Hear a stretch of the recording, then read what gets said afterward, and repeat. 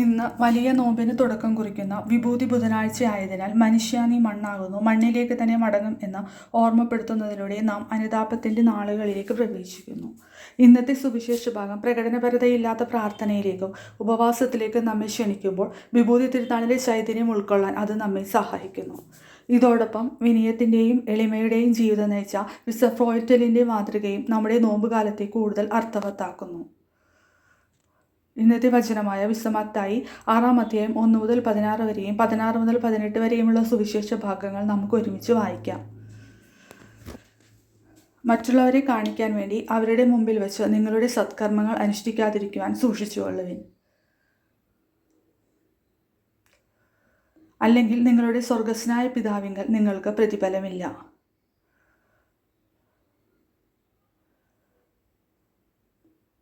മറ്റുള്ളവരിൽ നിന്ന് പ്രശംസ ലഭിക്കാൻ കപടനാട്യക്കാർ സിനഗോഗുകളിലും തെരുവീഥികളിലും ചെയ്യുന്നത് പോലെ നീ ഭിക്ഷ കൊടുക്കുമ്പോൾ നിന്റെ മുമ്പിൽ കാഹളം മുഴക്കരുത്.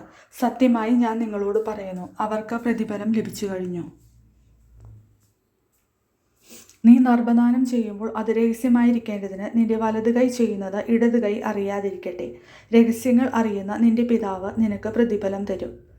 നിങ്ങൾ പ്രാർത്ഥിക്കുമ്പോൾ കപടനാട്യക്കാരെ പോലെ ആകരുത്.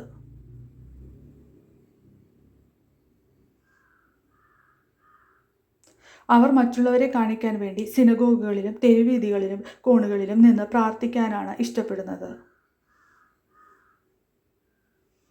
സത്യമായി ഞാൻ നിങ്ങളോട് പറയുന്നു, അവർക്ക് പ്രതിഫലം ലഭിച്ചു കഴിഞ്ഞു.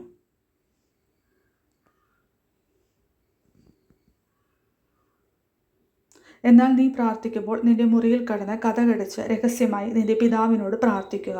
രഹസ്യങ്ങൾ അറിയുന്ന പിതാവ് നിനക്ക് പ്രതിഫലം നൽകും. നിങ്ങൾ ഉപവസിക്കുമ്പോൾ കപടനാട്യക്കാരെ പോലെ വിഷാദം നടിക്കരുത്.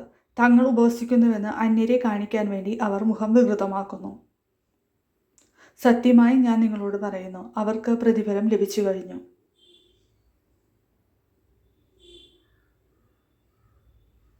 എന്നാൽ നീ ഉപവസിക്കുന്നത് അദൃശ്യനായ പിതാവല്ലാതെ മറ്റാരും കാണാതിരിക്കുന്നതിന് ശിരസിൽ തൈലം പുരട്ടുകയും മുഖം കഴുകുകയും ചെയ്യുക. രഹസ്യങ്ങൾ അറിയുന്ന പിതാവ് നിനക്ക് പ്രതിഫലം നൽകും.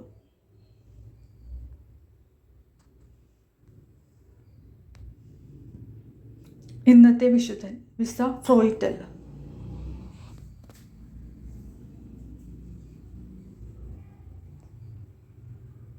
8-ാം നൂറ്റാണ്ടിൽ സ്പെയിനിൽ ജീവിച്ചിരുന്ന ഒരു സന്യാസിയും മെത്രാനുമായിരുന്നു വിശുദ്ധ ഫ്രോയിറ്റൽ.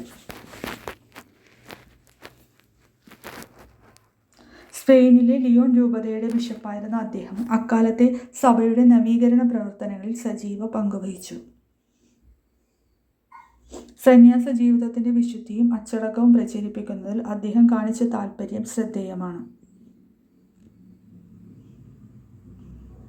ജീവിതകാലം മുഴുവൻ പ്രാർത്ഥനയ്ക്കും പാവപ്പെട്ടവരുടെ സേവനത്തിനുമായി മാറ്റിവെച്ച അദ്ദേഹം ഒരു മാതൃകാ ഇടയനായി ഇന്നും സ്മരിക്കപ്പെടുന്നു.